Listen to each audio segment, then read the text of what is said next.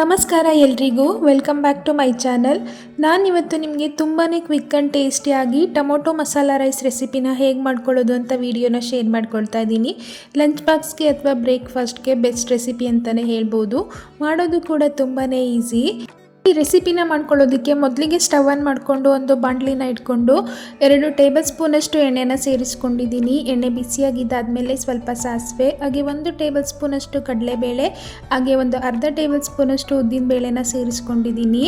ಇದೆರಡನ್ನು ಚೆನ್ನಾಗಿ ಫ್ರೈ ಮಾಡ್ಕೊಳ್ಳೋಣ. ನಿಮಗೆ ಬೇಕು ಅನಿಸಿದ್ರೆ ಸ್ವಲ್ಪ ಕಡಲೆ ಬೀಜನ ಕೂಡ ಸೇರಿಸ್ಕೊಳ್ಬೋದು. ಇದೆರಡನ್ನು ಸ್ವಲ್ಪ ಕಲರ್ ಚೇಂಜ್ ಆಗೋವರೆಗೂ ಈ ರೀತಿಯಾಗಿ ಫ್ರೈ ಮಾಡಿಕೊಂಡು ಒಂದು ಮೀಡಿಯಮ್ ಸೈಜ್ ಈರುಳ್ಳಿನ ಈ ರೀತಿ ಸ್ಲೈಸಾಗಿ ಕಟ್ ಮಾಡಿ ಸೇರಿಸ್ಕೊಂಡಿದ್ದೀನಿ.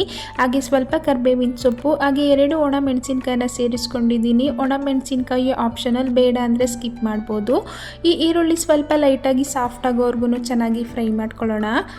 ಯಾರಾದರೂ ಹೊಸದಾಗಿ ನಮ್ಮ ವಿಡಿಯೋನ ನೋಡ್ತಾ ಇದ್ದರೆ ನಮ್ಮ ಚಾನಲ್ನ ಸಬ್ಸ್ಕ್ರೈಬ್ ಮಾಡಿಕೊಂಡು ಸಪೋರ್ಟ್ ಮಾಡಿ. ಈಗ ನೀವು ನೋಡ್ತಾ ಇರ್ಬೋದು ಈರುಳ್ಳಿ ಎಲ್ಲ ಲೈಟಾಗಿ ಸಾಫ್ಟ್ ಆಗಿದೆ. ಈ ಟೈಮಲ್ಲಿ ಇದಕ್ಕೆ ಒಂದು ಅರ್ಧ ಸ್ಪೂನಷ್ಟು ಶುಂಠಿ ಬೆಳ್ಳುಳ್ಳಿ ಪೇಸ್ಟನ್ನು ಸೇರಿಸ್ಕೊಂಡಿದ್ದೀನಿ.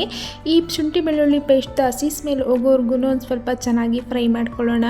ಬ್ರೇಕ್ಫಾಸ್ಟ್ ಮಾಡೋದಕ್ಕೆ ತುಂಬ ಬೋರ್ ಅಂತಿದ್ದಾಗ ಕ್ವಿಕ್ಕಾಗಿ ಆಗುವಂತಹ ರೆಸಿಪಿ ಮಾಡ್ಕೊಳ್ಬೇಕು ಅಂತ ಅಂದ್ಕೊಂಡಿದ್ದಾಗ ಈ ರೆಸಿಪಿನ ಖಂಡಿತವಾಗ್ಲೂ ಟ್ರೈ ಮಾಡಿ. ಹಾಗೆಯೇ ಇದರೊಟ್ಟಿಗೆ 2 ಮೀಡಿಯಮ್ ಸೈಜ್ ಟೊಮೊಟೊನ ನೀಟಾಗಿ ರುಬ್ಕೊಂಡು ಸೇರಿಸ್ಕೊಂಡಿದ್ದೀನಿ. ನಿಮಗೆ ಪ್ಯೂರಿ ಮಾಡ್ಕೊಳ್ಳೋದಕ್ಕಾಗಲ್ಲ ಅಂದರೆ ಸಣ್ಣದಾಗಿ ಕಟ್ ಮಾಡಿ ಕೂಡ ಸೇರಿಸ್ಕೊಳ್ಬೋದು. ಈ ಟೊಮೊಟೊ ಹಸಿ ಸ್ಮೆಲ್ಲೆಲ್ಲ ಹೋಗೋವರೆಗೂ ತುಂಬಾ ಚೆನ್ನಾಗಿ ಕುಕ್ ಮಾಡ್ಕೊಳ್ಬೇಕಾಗುತ್ತೆ.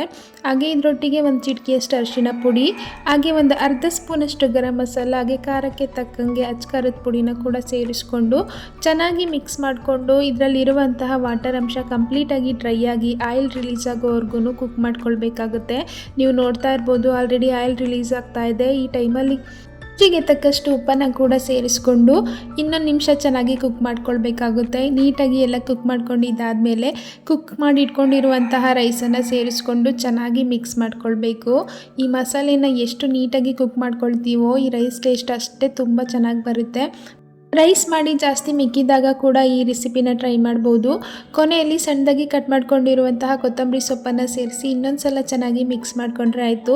ತುಂಬಾ ರುಚಿಯಾಗಿರುವಂತಹ ಮಸಾಲ ಟೊಮೊಟೊ ರೈಸ್ ರೆಡಿ ಆಗುತ್ತೆ. ನೀವು ಒಂದು ಸಲ ಮಿಸ್ ಮಾಡದೆ ಟ್ರೈ ಮಾಡಿ. ಹೇಗೆ ಬಂದಿತ್ತು ಅಂತ ಕಮೆಂಟ್ ಮಾಡಿ ತಿಳಿಸೋದನ್ನು ಮರಿಬೇಡಿ.